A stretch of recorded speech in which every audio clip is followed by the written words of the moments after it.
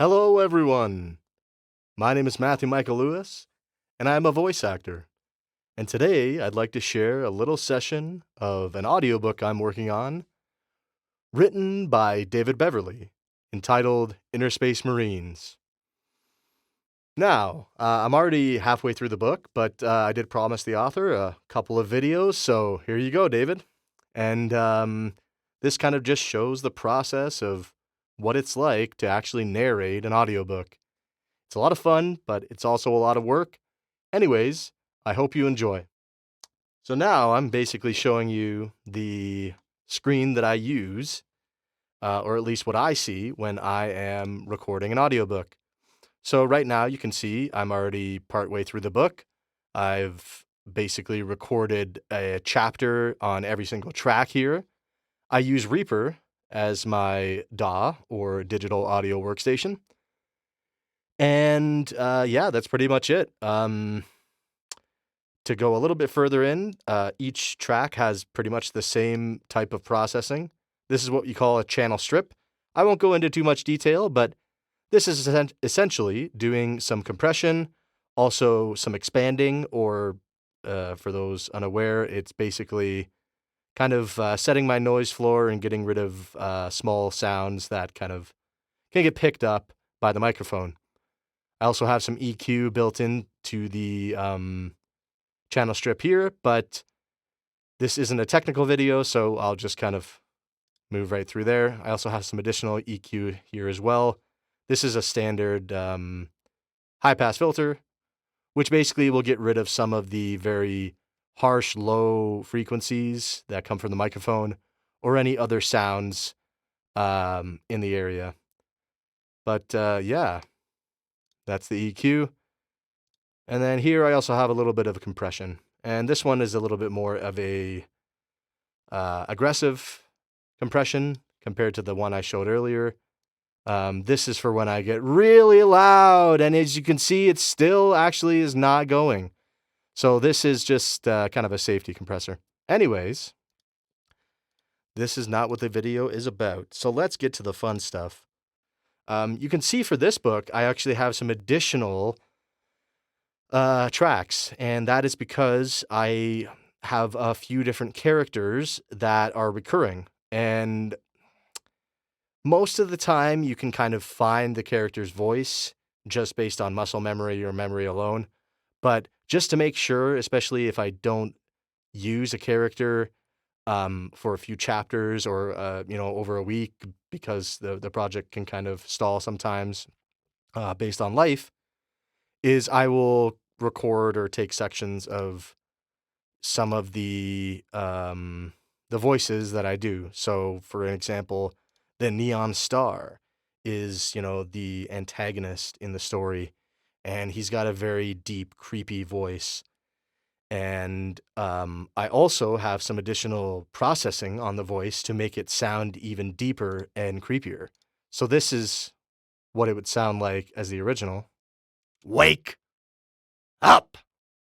Open it! Open it! I truly cannot believe it is you. Such a pity. I had hoped you would have something more by now. As you can tell, very creepy, very, very scary. But with some additional processing on it, it can sound even creepier and scarier.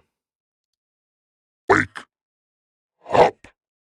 Open it! Open it! I truly cannot believe it is you. I had hoped you would have something more by now. No matter, though. It is time for you to wake up and receive your gift. So, wake up! Wake up! Very creepy indeed. And that's actually part of a dream sequence, so you can see the additional effects I applied there. Alrighty. So, this is the manuscript of Interspace Marines. It's usually sent by the rights holder through ACX in this case, so that I can read the book. And yeah, fortunately, this one also has links in the table of contents here, so I can go right to chapter 13. And I just want to confirm that we are indeed recording, and you can see here I'm recording on this track, Chapter 13. Now, normally what I do is I kind of put it to the side here. And then I have this open just to make sure everything's running. All right.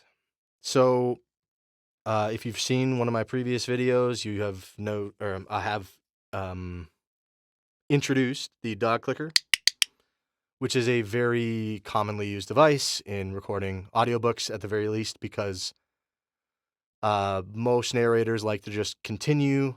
Even when they make a mistake, they will basically mark it, redo the section right there and then when editing, kind of go in and change things.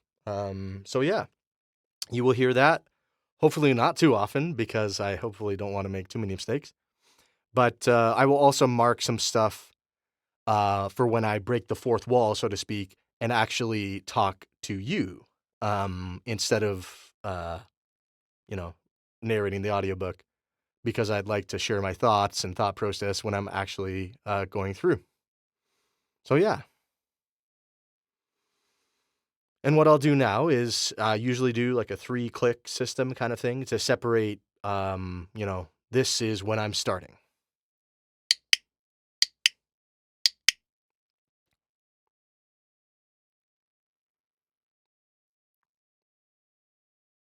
Chapter 13. Intelligence. It took some time for the official results of our raid to trickle down to the individual Marines, but a steady flow.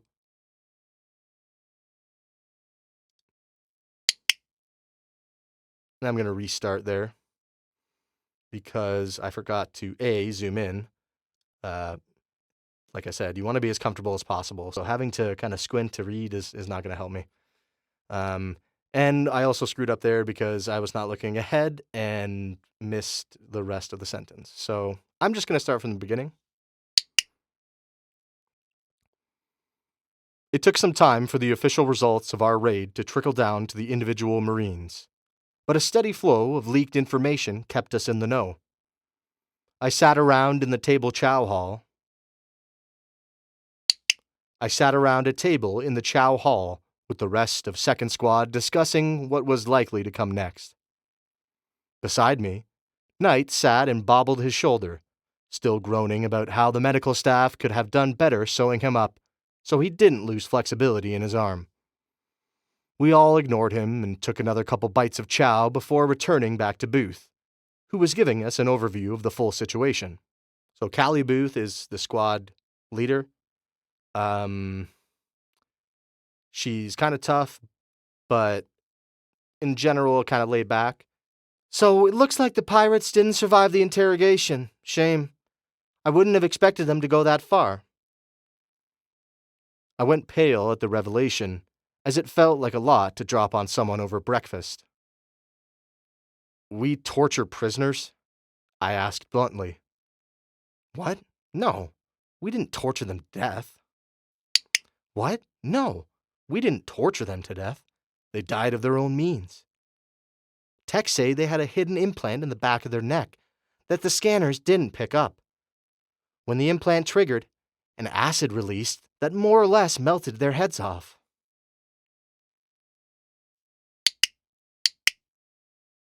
As you can see, I also have to scroll occasionally and take breaks, so I mark that usually with a double click. While killer implants were less than ideal, they were definitely better than torture in my mind. I glanced around and saw my relief mirrored on the faces of Anya and Berkowitz. Booth waited patiently for us to regain our focus before she continued. Speaking of... That's one of the challenges I've noticed, is just remembering who is speaking. As you're kind of reading, sometimes it's not obvious, but in this case, Booth waited patiently for us to regain our focus before she continued, so it's Booth. Speaking of the techs, they were able to pull all the useful data off the tablets we recovered. Speaking of the techs, they were able to pull all the useful data off the tablets we recovered. It was a shame that they had destroyed some of the memory cards before we got to them. But we could get a hold of what we could get a hold of was absolutely worth the risk. Apparently, the leader of the pirate group thought it was a good plan to keep a log like a proper ship captain. There are records of everything that was going on at the abandoned base. Even assuming half of it is false right off, it's still some of the better intel we have ever gotten on one of these raids. Wallace, would you cover the most important parts? Wallace, would you cover the important parts? I'm getting sick of hearing my own voice today already.